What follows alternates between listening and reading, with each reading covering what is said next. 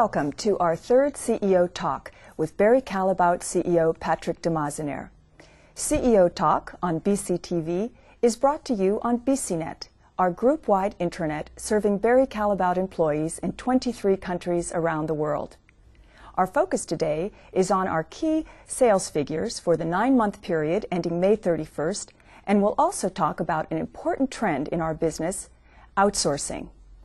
Welcome back, Patrick. Hi, Marina. Patrick, on June 28th, we announced our key sales figures. Can you review some of the highlights from that announcement? Actually, our third quarter was very good in terms of sales. We did very well in Europe, especially in food manufacturers. We continue to do well, also in our gourmet division. In our consumer division in Europe, we are lagging a bit behind, but that's because of the discontinuation of non-profitable contracts. If I go then to America, there also we did very well, as well in our food manufacturers division as in our gourmet division. Consumer Americas is not doing well, and that's why we have put it under a strategic review, and that's why we probably will divest also the company. If I then go to Asia, in Asia we are growing very, very fast. We could do even more if we would have the capacity. Last quarter we announced an important outsourcing agreement with Nestlé. Can you give us an update on that important agreement? Actually, we have signed the agreement last Friday, which is very good news. So I would also like to take this occasion to welcome our new 500 colleagues from Nestlé in Dijon and from Nestlé in San Sisto, Italy. I'm very happy with the integration. The integration on the IT side, the integration on the production side is going very, very well, and we actually started shipping the first loads of chocolate from Dijon and San Sisto yesterday.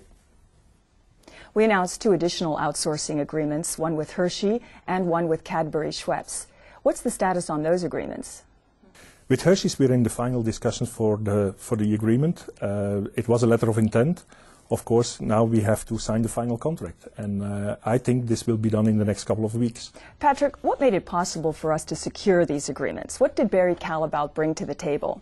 First of all, you have the normal reasons to do outsourcing. There is the cost savings for our customers. There is the savings on the capital side. They don't have to invest that much. We invest for them in the beginning of the value chain. So those are the normal reasons to do an outsourcing deal. On top of that, what has changed in the market is that the consumer wants to have more choice, more variety. So the product offerings are becoming more and more complex. For example, in the US, there is a shift from milk chocolate to dark chocolate, but not only to simple dark chocolate, to the different cocoa contents, to the different origins, and we as a partner can offer that to our customers. How will we work on the innovation front with these customers? With Nestlé, with Hershey's, with Cadbury, we're going to have joint teams on the ground to look at what the consumer needs, to look at new developments, to jointly develop new products that are successful in the market. 2 of our agreements included a corporate social responsibility component. How do we plan to work with Hershey and Cadbury on delivering the CSR component? That's another reason, Marina, why those companies have chosen to do business with Barry Callebaut. We are the only company with a presence in West Africa, in Cameroon, in Ghana, in Ivory Coast, on the ground with lots of people.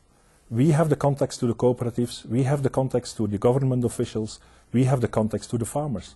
So we can deal with issues better than anybody else in terms of child labor, quality of the cocoa, fat content, taste, traceability. That's what our customers want today, that's what the consumers want today. Now, these are very big contracts for Barry Callebaut. How will our sourcing activities be affected? Will we be looking to new regions for beans, for example?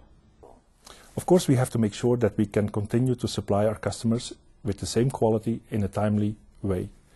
That's why we're looking at increasing also our cocoa processing capabilities in the Ivory Coast, in Ghana, but also in other regions. We have at present a team on the ground in Malaysia, in Indonesia, looking at opportunities to also source more from there. Outsourcing has certainly been a key trend for us. But where are we on the curve? Has the trend peaked? For me, this is only the beginning.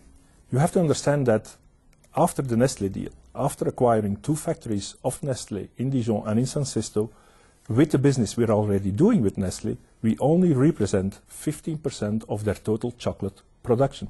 So for me, there is still 85% to go. Are we moving back to the B2B business and away from our consumer business? We have redirected our business more towards the business-to-business aspect of the industry, meaning private label and co-manufacturing. Why? Because we are simply good at that. We are a cost leader, we are innovative, we have a very good geographical spread, so we really can deal with big contracts with big customers. On the business-to-consumer side, we also have to recognize that the landscape has changed. The market is evolving towards more premium and towards private label.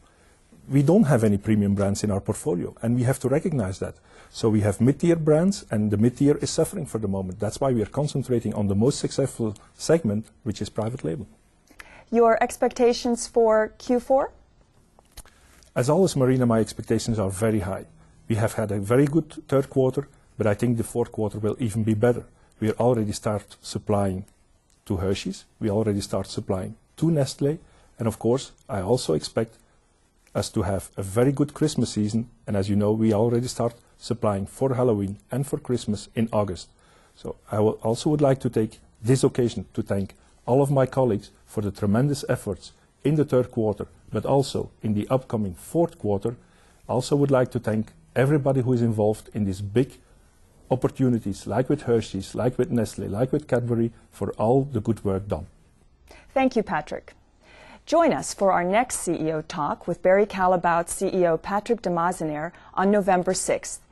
And as usual, don't forget to tell us what you think of this segment.